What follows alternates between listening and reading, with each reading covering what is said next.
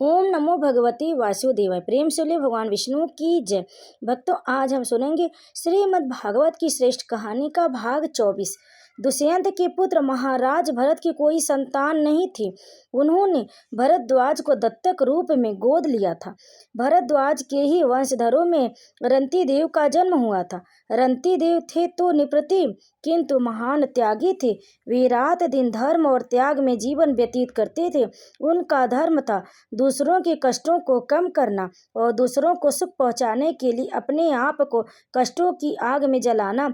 रंती देव के समान ही उनके कुटुंबी भी अन्य धार्मिक और महान त्यागी थे। रंती देव अपने जीवन के प्रति सदा निरासक्त रहते थे। उन्हें जो कुछ मिल जाता उसे खा लिया करते और जो कुछ पा जाते उसे पहन लिया करते थे। वे कभी भी संग्रह या संचय नहीं करते थे। उनकी धारणा थी कि जो मनुष्य संग्रह करता है वह दूसरों का भोजन छीनता। एक बार रंती देव को कई दिनों तक न तो भोजन मिला न पीने के लिए जल मिला। उन्हें और उनके कुटुंबियों को कई दिनों तक बिना भोजन और जल के रहना पड़ा।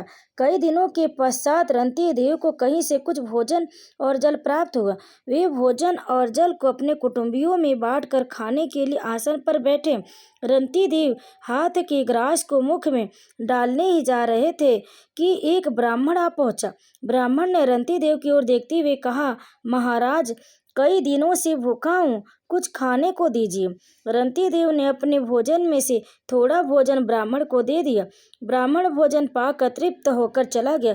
उसकी तृप्ति से रंती देव को ऐसा सुख प्राप्त हुआ मानो वह तृप्ति उन्हीं को मिली हो।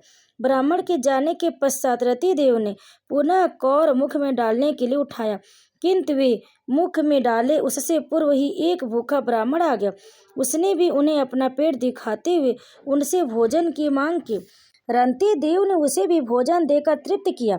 जब वह चला गया तो वे पुनः भोजन करने के लिए बैठे, किंतु वे भोजन करे उससे पूर्व ही पुनः एक भूखा मनुष्य आ गया। उसने भी रंती देव से भोजन के लिए याचना की। रंती देव ने उसे भी भोजन देकर सुख पहुंचाया। जब वह चला गया तो रंती देव पुनः भोजन करने लगे, किंतु वे भोजन करे उससे पूर्व एक भूखा मनुष्य पुनः आ गया।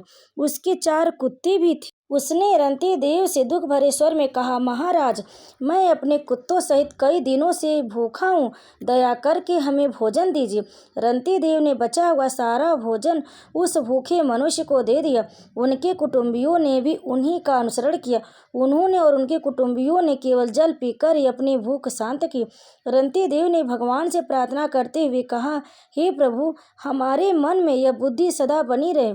हम सदा दूसरों को सुख पहुँचाने के लिए कष्ट सहन करते रहें। रंती देव के त्याग पर भगवान प्रकट हो उठे। उन्होंने कहा, रंती देव, मैंने ही भिन्न भिन्न रूपों में तुम्हारी परीक्षा ली। तुम मेरी परीक्षा में खरे उतरे। तुम मेरे परम पद के अधिकारी हो। जो पद बड़े बड़े योगियों को भी दुर्लभ है वह तुम्हें प्राप्त होगा। रंती देव ने जब शरीर का त्याग किया तो उन्हें सचमुच भगवान का परम पद प्राप्त हुआ। जो मनुष्य दूसरों के कष्टों को अपना कष्ट मानकर झेलता है उसे रंती देव के समान ही भगवान का परम पद प्राप्त होता है। ओम नमो भगवती वासुदेवाय। तो भक्तों, आपको यह कहानी कैसी लगी? अगर अच्छी लगी तो वीडियो को लाइक करें, शेयर करें और कमेंट में विष्णु भगवान की जय अवश्य लिखें। और प्रतिदिन हमारे चैनल पर श्रीमद् भागवत पुराण की श्रेष्ठ कहानियों का श्रवण अवश्य करें। आप सभी पर भगवान विष्णु कृपा सदैव बनी रहेगी। तो प्रेम से बोलिए श्री विष्णु भगवान की जय, श्री हरि नारायण की जय। कथा को अंत तक सुनने के लिए आप सभी भक्तों का बहुत बहुत धन्यवाद। जय श्री हरि।